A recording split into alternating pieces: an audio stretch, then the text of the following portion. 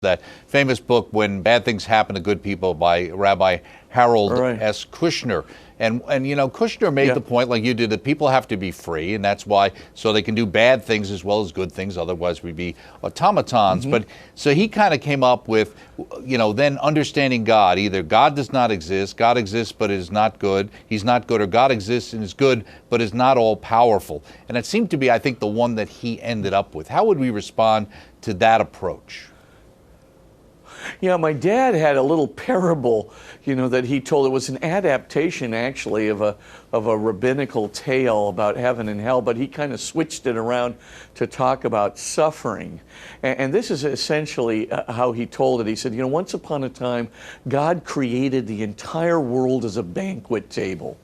And on the banquet table, he placed all these people, but they didn't have any elbows and they didn't have any neck joints. And he placed a sumptuous feast in front of all of them. And clearly, they couldn't eat the feast. They could smell it. They were hungry. They were starving, but they couldn't feed, right? They couldn't feed themselves. They couldn't bring their arms up to their mouths. And so one group at one end of the table is saying, essentially, look, God can't be all powerful. Because if God were all powerful, he'd be omniscient. And if God were omniscient, like all knowing, right, he would know that it would be better to make people with elbow joints and neck joints than to not make them that way so that they could feed themselves. So clearly God isn't all powerful.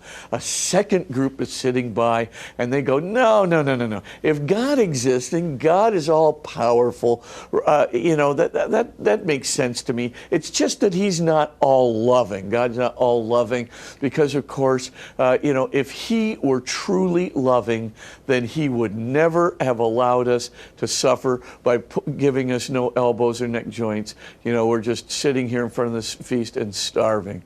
There was a third group sitting next to them, and oh no, if God exists, then God would have to be all powerful and all loving. Clearly, because he hasn't given us elbows and neck joints, he doesn't exist.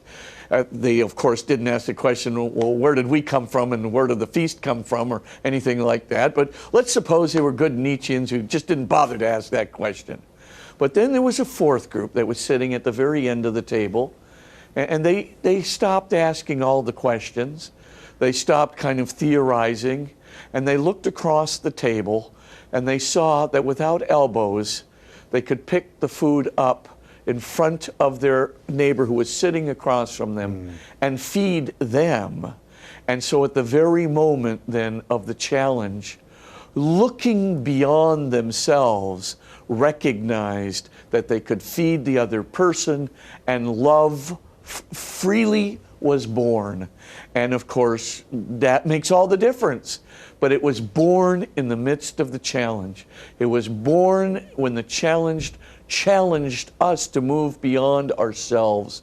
It was born in the moment when we were in a sacrificial moment and decided to give of ourselves rather than to resent what we were not given. And of course, said my father, that's why there's challenge and suffering. And that's how he would have answered Kushner, you know, essentially. And that's how I would answer him. I think that's why God did it. He explicitly wanted us to look beyond ourselves, to discover self-gift, to create a community which was interdependent, to grow in depth of faith, in trusting him. He wanted us to feed the people across the table through the challenge, describe and define ourselves in terms of it, and therefore choose his kingdom of heavenly love.